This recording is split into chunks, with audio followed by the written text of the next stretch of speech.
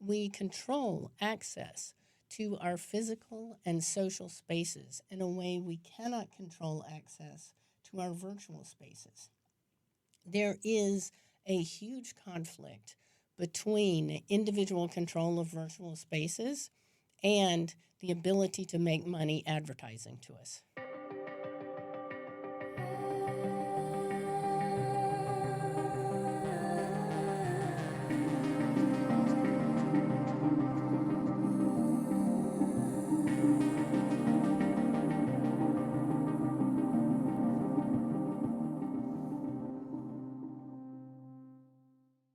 Today, we are talking with Jean Camp, who is a professor at the School of Informatics at Indiana University and director of the Center for Security and Privacy and Informatics Center at IU.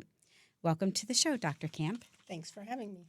I know even 5-10 years ago, I didn't hear much about the informatics school or whatever. I always heard about Kelly. How in your time at IU have you seen them put resources into that school, and how have you seen it change as technology's changed? I arrived at the Luddy School. There were no computer security classes, and there was me and 3 fresh out of grad school hires. And now, for the past 10 years, if you look at, there's a CS rankings, which is strictly on research productivity. We have been in top 10 of that ranking for literally the past 15 years. The university has invested consistently in computer security, and IU. So if you look at the other top 10 programs, they are mostly technical schools. IU has brought a dimension of international awareness that no other school has. Our cybersecurity and global policy undergraduate program is unique in the world, where you have an interdisciplinary program that is literally a region or area of study and computer security. One of the things that we saw that you wrote was talking about how traditionally maybe you weren't seen as a narrow subject matter expert, and that you really saw the importance of bringing in the human equation into this space. And it seems that is also something that has contributed to the reputation of the school as well, and lifted it up and elevated it. But the idea of interdisciplinary research, thinking, teaching is essentially beautiful thinking. Thank you so much.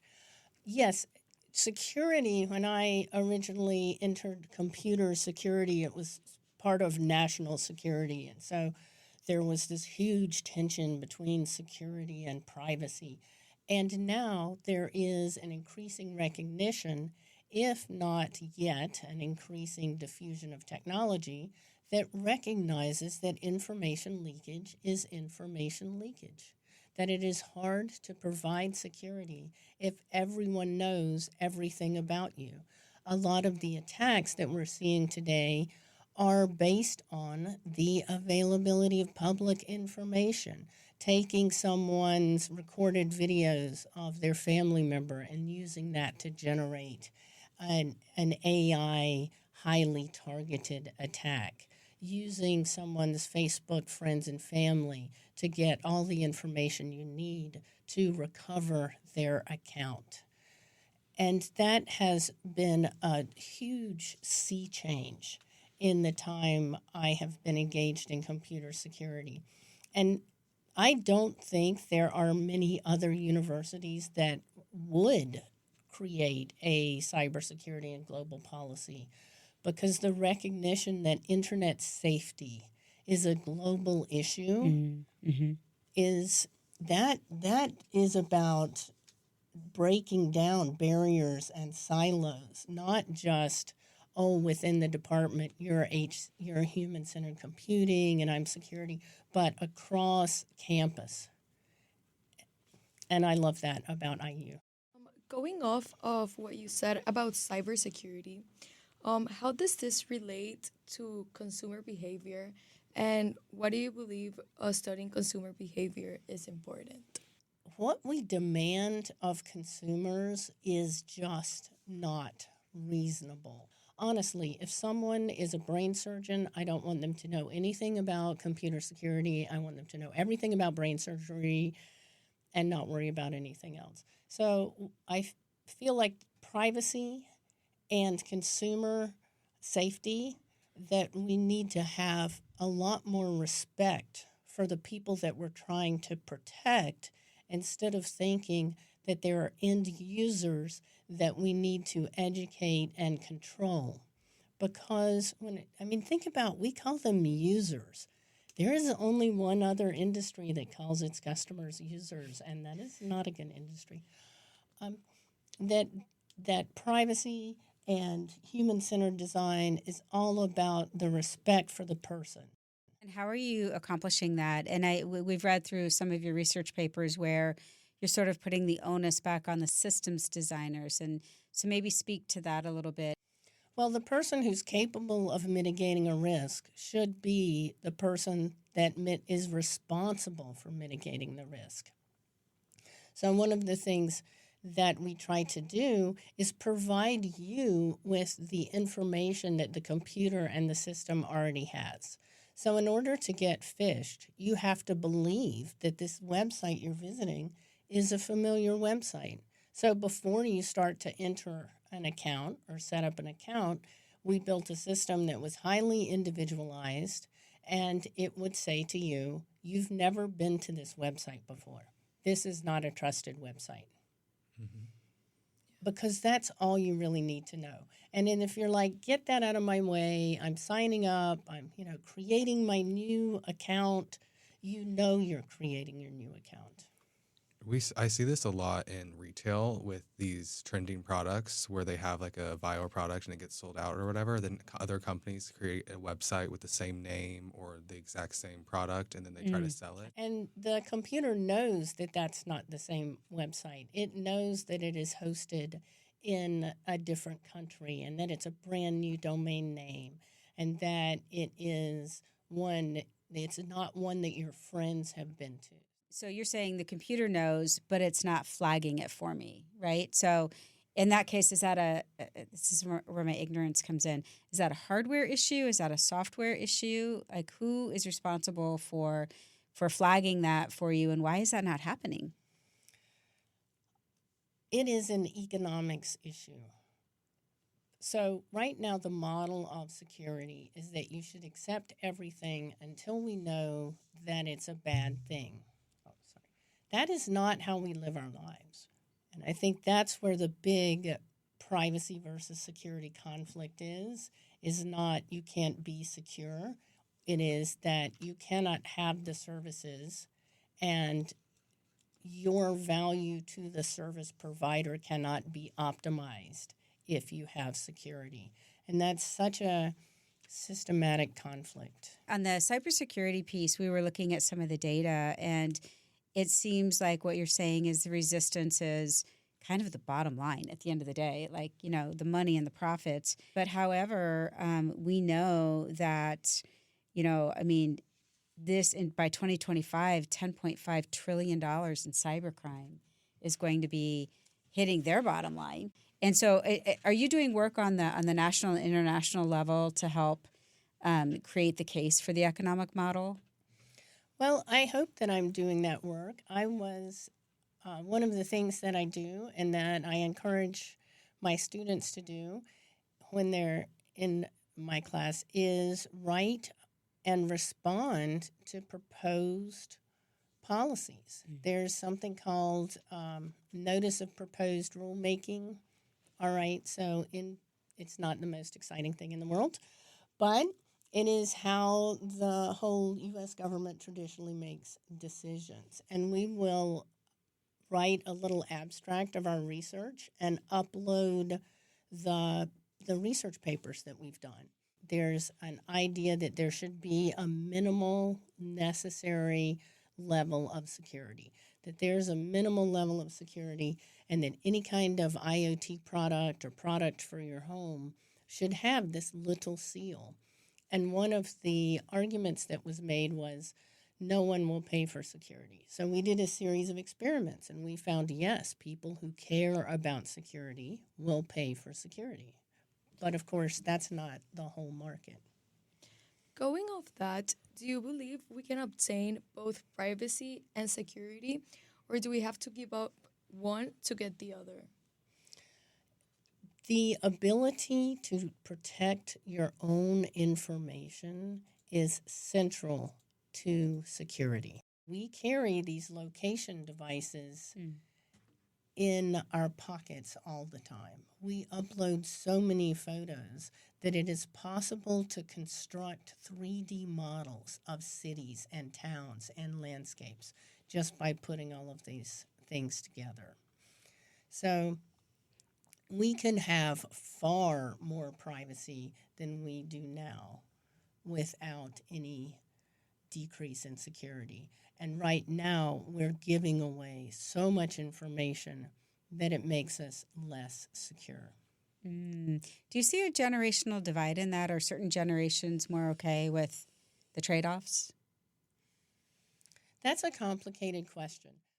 When I teach to older adults, I'll often say, create a superhero persona. Don't give your real name for everything. And if you have a kid, lie about your birthday, because mom's birthday is a common security question. And frankly, you should remember your mom's birthday without Facebook having to remind you. So there is a lot of different navigation techniques at different levels. But if you look at phishing resilience, there's not really a significant difference across age groups until you're looking at the very, very old. So you talk about the role of community involvement. Why do you think that's important, or how can we work together to combat things like these? I feel that in computer security, we've focused a lot on defense and capture the flag, but not so much on empowering communities to protect themselves. And by having this model, and this goes back to privacy and security, where all your information goes up and it's processed to optimize for advertising, and some subset of it is sent down to you, there is a model that we're going to identify the bad things. We'll tell you what's bad, and you don't trust those things, but trust everything else. And that's not how communities work. Different communities trust different sources of information, and they have their own members of the community.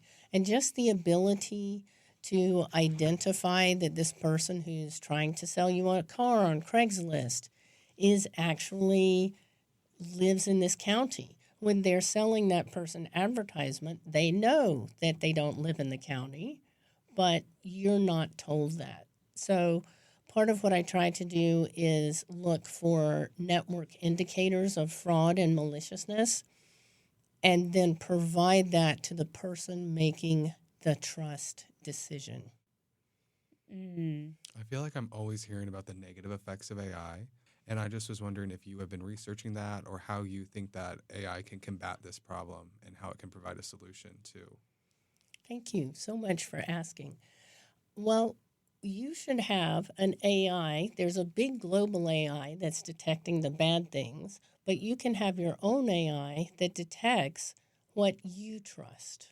So we built home IoT systems, and we used AI to see if the servers they were connecting to are their normal servers, to see if the route that the device was taking was the normal route, or if it looked like someone was spying on you, and then to pause the connection, and you decide you're going to change.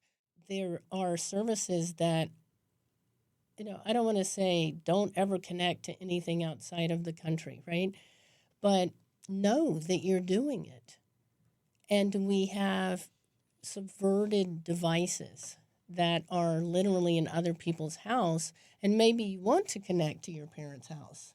Maybe you really want to connect to somebody's Like a Nest laptop. camera. Like if I'm trying to check out my Yeah. mom and make sure she's safe. Yeah, you might want to connect to that. But if you think you're, buying a T-shirt, you shouldn't be connecting to somebody's Nest camera. I always think about with those Nest cameras is if we have access to it, there's some way someone else has to be able to have access to it. And if you're putting all these cameras in your house, where does the privacy lie? Well, you might want to check your terms of service. They are using a lot of images and imagery for AI training. There was a recent lawsuit about law enforcement access to Nest to video camera data about whether or not that requires a warrant because you're sharing the information voluntarily with a third party. And right now, they want to cooperate with law enforcement and also to spend as little money as possible doing it. So they basically provide an interface for law enforcement to So look. basically, when you accept the terms, you're like, they're just getting rid of their liability. A lot of what we think about as privacy violations is really just risk shifting. It's like, That's what it feels like for sure. like No one wants to blame or no one wants to fix the problem, but there is a problem here that we all can agree on. I liked what Evan was asking. And are there other ways, like just in general, when people come to you and they're freaked out about AI, what do you say to them?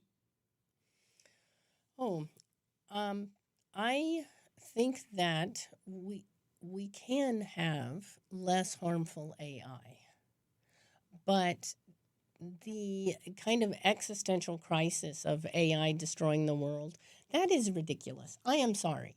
Like, if you introduce a new technology and you say, hey, if we don't actually destroy civilization, we're doing great. No, that's not the standard we want to look for.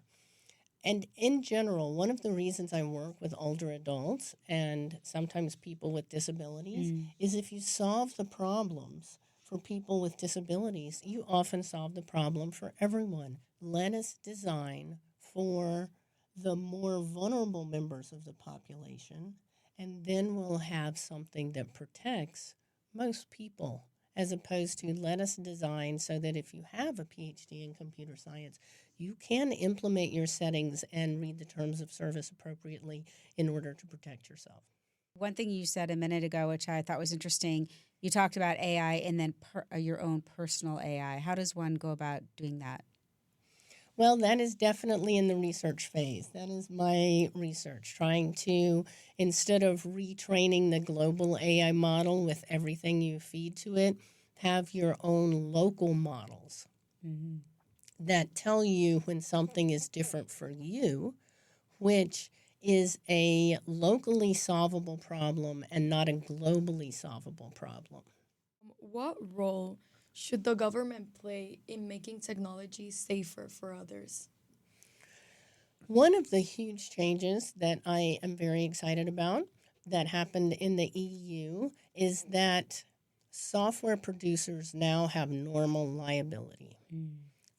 In the US and for a long time in the EU, software was so new and strange and weird that if you sold someone a software product and it failed and bad things happened, as a software manufacturer, you were uniquely immune from liability. Because the internet was emerging, we didn't know what would work, we didn't know what would not work, we didn't know if the thing would scale or collapse. So the developer and software community were given a special immunity to liability law. That immunity is now gone in Europe, acknowledging that software is now mature enough that if you choose to create vulnerabilities or risk, you choose not to test the software, you should be liable, just like if I buy a clock and it burns my house down. It's kind of like if I buy a car, there's Carfax, and I can look at Carfax and see the history, but then I choose not to buy the car. Or if I choose to buy it, at least I know what I'm getting, is what I'm hearing. Yes, that you're going to take some kind of risk whenever you're buying a car or you're on the internet. But you should be choosing to take that risk. You should be able to mitigate the risk.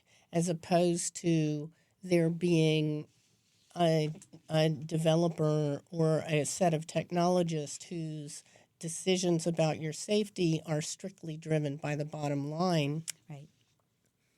And is that part of the Secure by Design? Absolutely. Secure by design and secure by demand.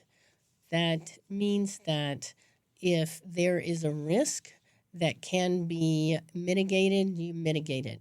If there is a risk that may be inherent to enabling people to connect to the internet, then they know that risk exists, and the person at risk makes the choice to take it. And that's part of the White House, I think, which gets to your point. 'Cause that is kind of a government, right, Yes. program.